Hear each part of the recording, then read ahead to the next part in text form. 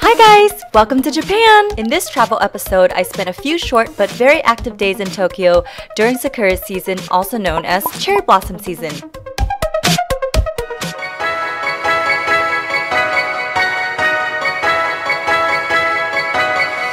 Konnichiwa, Kawaii, konnichiwa, arigato. Konnichiwa, Kawaii, konnichiwa, arigato. Konnichiwa! Japan is one of the coolest places I've ever been to. People are overly nice and welcoming, the streets are obscenely clean, and don't even get me started on the food. It was to die for. I was there back in April during the busiest time of the year, the annual cherry blossom season. This is usually the end of March until the beginning of April. I got super lucky and saw the blossoms in full bloom when I chose to go the first week of April. It was the most magical thing I've ever seen in my life. I only had 2 full days in Tokyo, but my list of items to do were insanely long, so it was a bit of a challenge to try to hit up every spot with such limited time. As we arrived at the airport that afternoon, we took the Narita Express from the terminal to Tokyo, which was about an hour ride in a super comfy and clean train.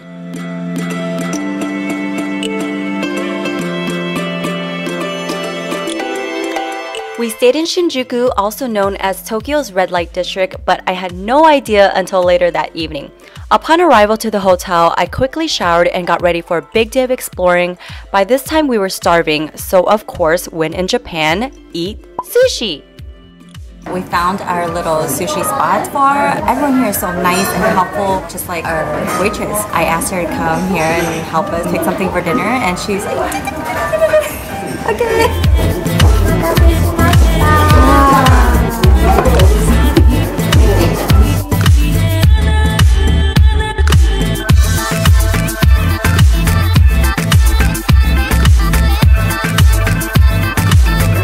So pretty, I don't even want to eat it. After that delicious meal, we wasted no time and headed straight to the main attraction, the Meguru River, where hundreds of cherry blossom trees lined the water stream.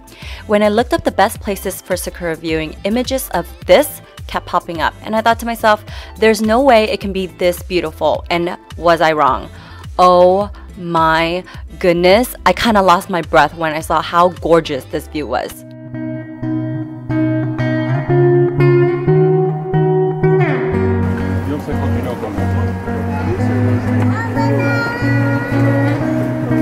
I don't know if you guys can see this, but it is gorgeous here.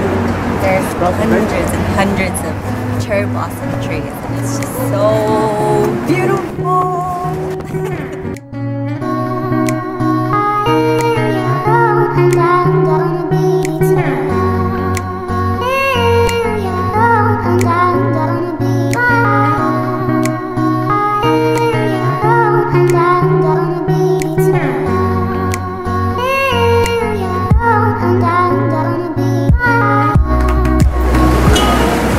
No words. No words, literally. The weather's a little bit chilly, but it's just so pretty here. It's one of the most beautiful things I've ever seen in my life. It couldn't have been any more perfect. Just like a scene from a love story, the cherry blossoms were breathtaking and so delicately falling from the sky. It was so much more beautiful than I'd ever imagined it to be. And in that moment, I looked around and took a deep breath because there was nowhere else I'd rather be.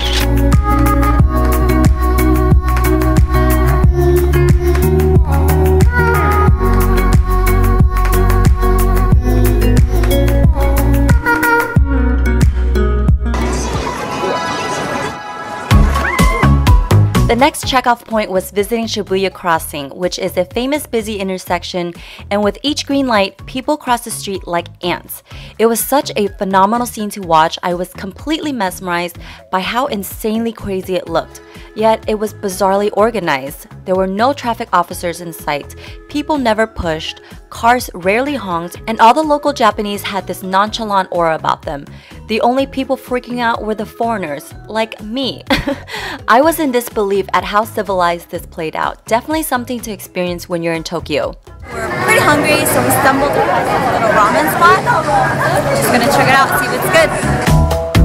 The Japanese have such a way of doing things. If it can be automated, it is. Most ramen spots have a vending machine to order from. You insert money, pick your bowl, and sit down. It will be served in less than 10. Tonight's dinner was a miso and spicy ramen. It was delicious, of course. I don't think there's such a thing as bad food in Japan. Ramen sure did hit the spot, and after the bellies were satisfied, it was back to Shinjuku we went. I happened to stumble into a pachinko spot, which is incredibly popular in Japan.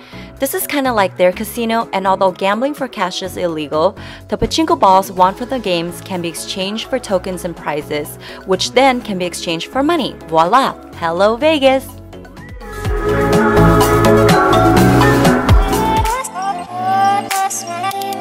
I have a present for you guys.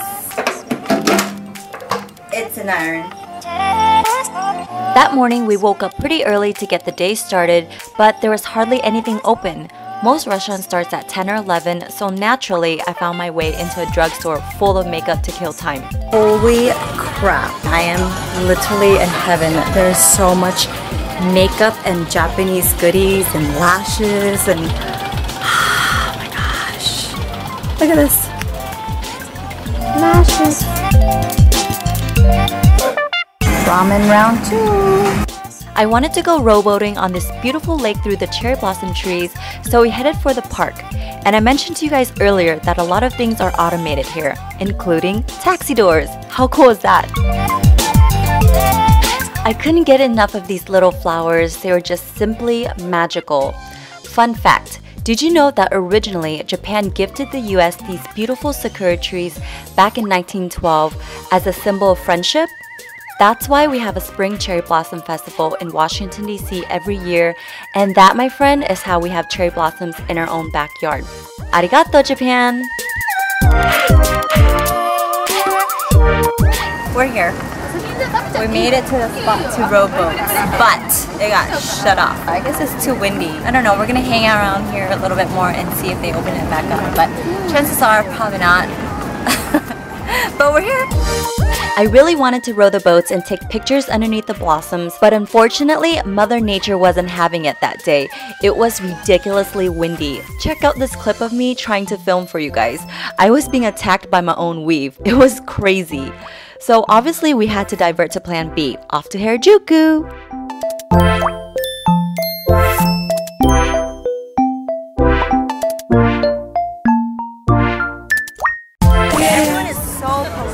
Nobody pushes, and everybody just waits patiently. It's so cool. There's a lot of these little dessert places, but look at the line.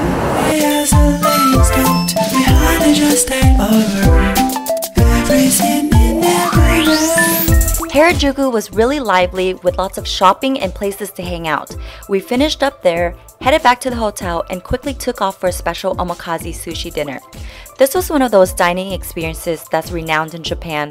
The chef serves you 8 to 10 courses of fresh sushi, and it was really funny because by the 6th piece, I was completely stuffed from all the rice the chef served, but I was too scared and didn't want to offend him, so I forced myself to finish to the last piece.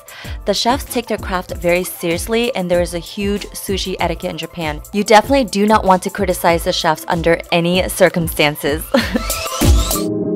After dinner, I literally napped for a few hours before getting up again to check the final spot off my list, the famous fish market.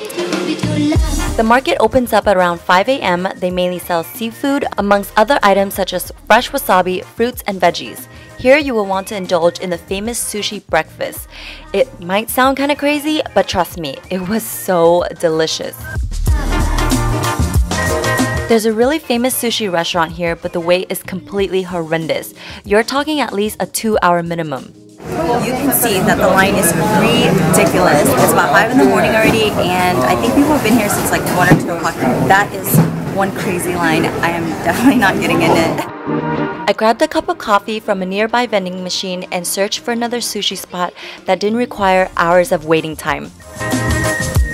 So we found a little sushi spot, 30 minutes to an hour away. I'm pretty sure it's gonna be good. We're right here, so it doesn't get any fresher than this. Sushi and coffee at 6 in the morning.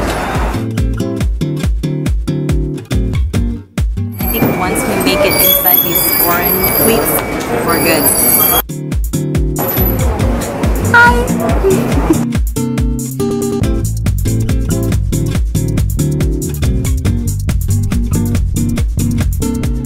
After a little over an hour wait, it was finally time to eat.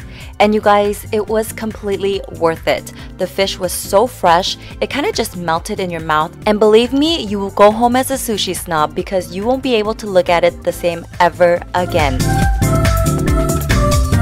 And can we just take a moment and talk about the rhythm of his hands? This clip wasn't even sped up. This is how fast the chef worked.